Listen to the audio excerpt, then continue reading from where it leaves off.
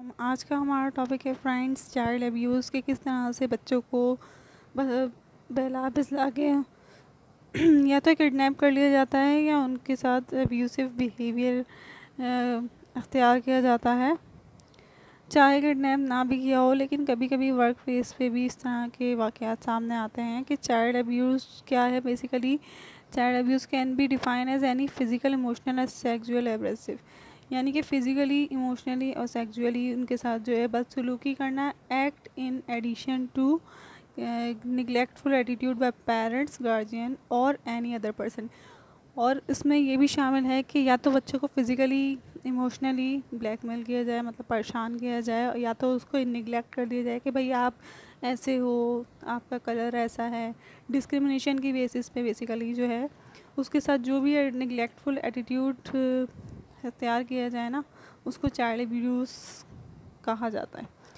सही है। The different form of child abuse can B summarises कि बहुत सारी इसकी डिफरेंट टाइप्स हैं, जिसमें सबसे पहले आ जाता है फ़िज़िकल अब्यूज़, यानी कि बच्चों के साथ फ़िज़िकली जो है कोई भी गलत हरकत करना, उनका मजाक उड़ाना, उनको गलत तरीके से टच करना, ये सारी चीज़ें स्कूल्स में या घर में या कभी भी ट्यूशन वगैरह में, तो ये सब जो है वो फ़िज़िकल अब्यूज़ में आता है, यानी कि गलत चीज़ है ये। सेकंड थिंग जो है वो है वर्बल अब्यूज़। ये बहुत कॉमन है पाकिस्तान में, सही है, विच इंक्लूड्स अब्यूजिंग, शाउटिंग, सही, गालियाँ देना, गालम गलोच और बुरे बुरे नामों से पुकारना कि भाई तुम ऐसे हो वैसे हो, एक दूसरे की चिढ़ निकालना। तो वर्बली तौर पे जितनी भी गलत बातें हैं, बुरी बातें हैं, जो बातें नहीं बच्चों से करनी चाहिए, वो बातें कॉमनली की जाती हैं, तो उसको वर्बल अब्यूज़ में काउंट किया जाता है। इसके बाद है निगलेक्ट, यानी कि बहुत सारे बच्चे जो हैं उनको निगलेक्ट किया जाता है, उनकी बेसिक नीड्स को निगलेक्ट किया जाता है, ना ही उनको बचपन से प्यार मिलता है, या जिनकी फैमिली ब्रेकअप हो चुका हो, मदर फादर में अलहदगी हो चुकी हो, उनको कोई सपोर्ट नहीं होती, कंफर्ट्स नहीं होते, या तो फिर कोई ना कोई प्रॉब्लम्स होती हैं फैमिली की तरफ से, निगलेक्ट किया जा रहा होता है, प्रोटेक्शन का मसला होता है कि कोई भी जो है वो अब्यूसिव बिहेवियर कर सके, इतनी पहुंच हो जाए किसी भी बंदे की, चाहे वो ट्यूशन में हो, चाहे वो मदरसे में हो। बहुत सारी बातें, केसेस सामने आए हैं। डेटा के हिसाब से अगर देखा जाए तो ये हर कंट्री में बहुत कॉमन है।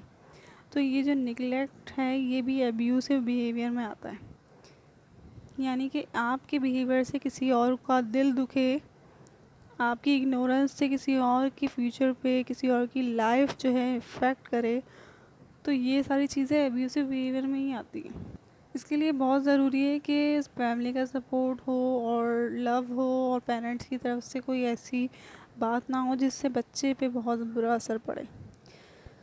नेक्स्ट जो है डिस्क्रिमिनेशन के रेसेस की बेसिस पे, कलर की बेसिस पे, हाइट या फिज़िकल अपीयरेंस की जो भी चीज़ें हैं, कॉम्प्लेक्सिटी जो है क्रिएट करती हैं गर्ल्स में भी और बॉयज़ में भी, कि अगर उनको डिस्क्रिमिनेट किया जाए किसी भी वर्क प्लेस पे या होम पे, तो उनमें एक मायूसी हो जाती है, यानी कि उनको एक कॉम्प्लेक्स आ जाता है कि भाई वो इसके काबिल नहीं है, कुछ कर नहीं सकते, वो आगे फ्यूचर में कुछ बन नहीं सकते, या उनमें कोई कमी है, डिसेबिलिटी है जिसकी वजह से वो आगे नहीं बढ़ सकते। तो ये इनमें कॉम्प्लेक्स थिंकिंग आ जाती है, जिसकी वजह से उनकी प्रेजेंट सिचुएशन, प्रेजेंट लाइफ और फ्यूचर लाइफ में बहुत बुरा इफ़ेक्ट पड़ता है।